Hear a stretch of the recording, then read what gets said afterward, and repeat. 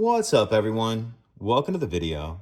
Today we're going to take a look at how to replace the cabin air filter in a 2023 Dodge Durango. And I'll put a link in the description box of this video to where you can find these replacement cabin air filters if you're in need. So our cabin air filter is going to be located behind the glove box. In order to get to it, I'm going to open the glove box. Then taking a look right here, we're going to remove this dampening latch that has a string connected.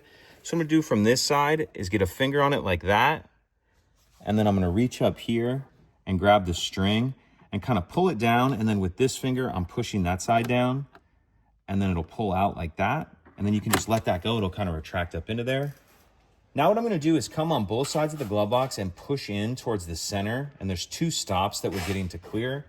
So push in. Come over here. You can do them at the same time or one at a time, whatever. You can see these are the stops that we had to push in and clear.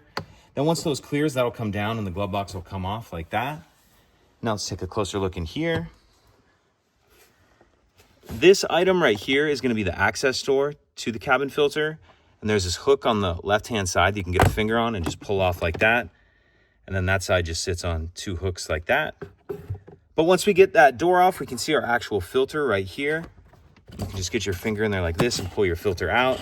And this one does not need to be changed, but when you put your new one in, it'll just slide in like that. And make sure you have your airflow arrow pointing down towards the ground. Airflow arrow pointing down. Now to close it up, we'll reverse everything we just did.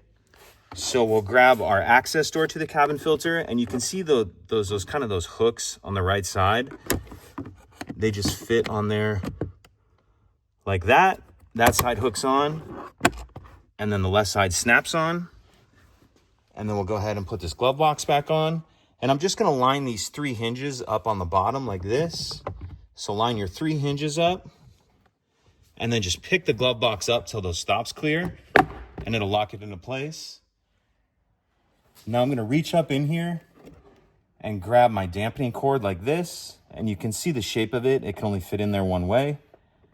So I'll put that in there like that and let that lock into place. And that's it. If you have any questions, please let me know. If you could take a second to like and subscribe, it helps us out, and I'd appreciate it. Thank you.